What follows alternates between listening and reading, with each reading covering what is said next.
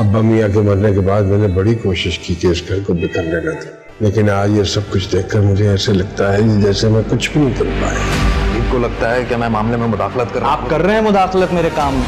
तुम लोग इतने कमजोर निकलोगे मैंने कभी सोचा भी नहीं था। लगता है आपके शौहर आपके साथ इस घर में कम रहते हैं। तुम छोटे हो लेकिन तुम्हें बड़ा बन के दिखाना।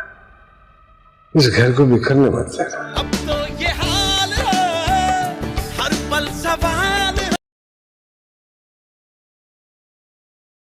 इस बार तो वो ये चाहते हैं कि उनके हाथ में कारोबार आ जाए, लेकिन इस बार फाकिर उन दोनों के बीच में आकर एक बाप और एक अच्छे शोहर का किरदार अदा करने वाले हैं। उधर रहीला, जिसका इस बार हबीब बहुत बुरा अंजाम करने वाला है। आने वाली किसकी मुकम्मल कहानी में आप सभी दोस्त देखेंगे। एनी, जिसे बड़े अब्बा की बहुत ज्यादा फिक्र हो चुकी है, परेशान हो चुके हैं, फाकिर के पास जाकर उसे हौसला देने की कोशिश करती है और कहती है कि जिस तरह से हम घर में लड़ाई झगड़ा कर रहे हैं ना, मुझे तो ऐसे लगता है कि बड़े अब्बा बहुत ज्यादा टेंशन ले रहे हैं। हमें चाहिए कि उनके सामने बिल्कुल ठीक होकर एक दूसरे के साथ बात करें। उन्हें महसूस ना हो कि हम दोनों एक दूसरे के साथ बिल्कुल भी ठीक नहीं हैं। हमें अपना बिहेव एक दूसरे के साथ बिल्कुल अच्छा रखना चाहिए। लेकिन यहाँ पर फाकिर, जिसे अपने अब्बा की बिल्कुल भी फिक्र नहीं है, एनी को कहता है कि उनकी तबीयत ना हमेशा ही खराब रहने वाली है। इतना जो है ना, तुम्हें इमोशनल होने की जरूरत नहीं है। फाकिर जॉब के अपने अब्बा की जरा भी कदर नहीं कर रहा, लेकिन बाप के चले जाने के बाद जब उसे इस बात का एहसास होगा, सारा का सारा कारोबार और घर को भी संभालना पड़ेगा ना,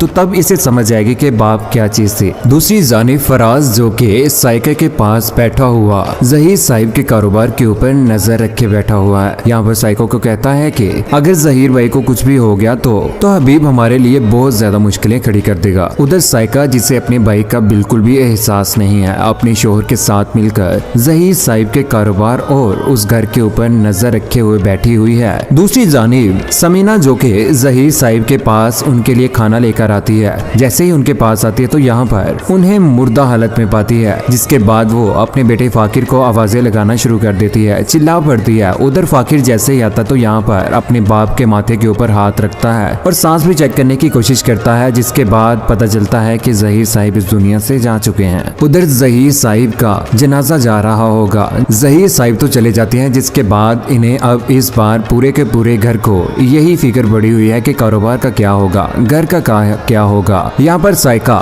जो कि अपने शोहर के पास बैठे हुए, कहती है कि इस बार तो फाकिर सभी लोगों के बीच में आने वाला है, क्योंकि कारोबार तो सिर्फ और सिर्फ जहीर साहिब का ही था, जिसके बाद फाकिर वो सारा का सारा कारोबार संभालने वाले हैं। वो कारोबार के ऊपर नाक बनकर बैठा हुआ है। दूसरी जानिब हबीब, जो कि अपने बीवी के पास बैठकर जहीर साहिब के चले जाने के बाद कहता है कि अगर भाई साहिब के इस कारोबार के ऊपर किसी का हक है तो वो मैं हूँ, मैं उनके साथ था। लेकिन हबीब, जिसे इस बात की समझ नहीं है, अगर वो कारोबार के ऊपर आ जा रहा है तो उसे इस बात की समझ होनी चाहिए कि जब वो उनके साथ कारोबार में था तो उन दिनों अच्छी खासी रकम और घर के सारे मामलात, उनके बच्चों को लेकर उनकी बीवी और दूसरी बीवी को भी जहीर साहिब के कारोबार में से ही पैसे मिल रहे थे। लेकिन इस बार जब फाकिर उनके बीच में आएगा तो उसके बाद हबीब के हाथ में कुछ भी नहीं आने वाला। दूसरी जानिब रहीला, जो अकरम साहिब के साथ तो मुलाकात कर ही रही है, लेकिन घर में भी टाइम से नहीं आ रही। घर से बाहर रहना उसका मामूल बन चुका है। जिसके बाद जब वहाँ पर हबीब जाता है तो उसे वहाँ पर रहीला नजर नहीं आती। अकेला वहाँ पर बहुत ज्यादा गुस्से में होता है। जब रहीला घर में आती है तो यहाँ पर हबीब को देखकर वो हक्की बकी रह जाती है। हबीब उससे पूछता है कि कहाँ पर रह रही हो आजकल, आवारागर्दी कर रही हो। उसके ऊपर टूट पड़ता है, अच्छी खासी सुनाता है, उसे दिक्के मार देता है। लेकिन रहीला, जो कि उसे सुनाती है, कहती है कि तुम अपनी फैमिली के साथ रंगरलियां मना रहे थे, अगर मैं आज बाहर चले गई तो इसमें क्या बात है। हबीब तो रहीला के साथ शादी करने के बाद अपनी जिंदगी में बहुत ज्यादा तंग हो चुका है, लेकिन आज उसके बाद किसी किस्म का कोई भी कारोबार भी नहीं है। बहुत ज्यादा परेशान होगा। उसे इस बात का एहसास होगा कि वाकई उसने किसी गलत लड़की के साथ शादी करके अपनी जिंदगी को तबाह बर्बाद कर लिया है। दूसरी जानिब फाकिर, जो कि इस बार वाकई वाकई अपने बाप की उस वसीयत पर पूरा उतर रहा है जो उन्होंने मरने से पहले उसे दी थी। फाकिर पूरे के पूरे घर को भी संभाल रहा है और अपनी बीवी का भी अच्छे तरीके से खास ख्याल रख रहा है। उसके साथ किसी किस्म की कोई भी बदतमीजी नहीं कर रहा।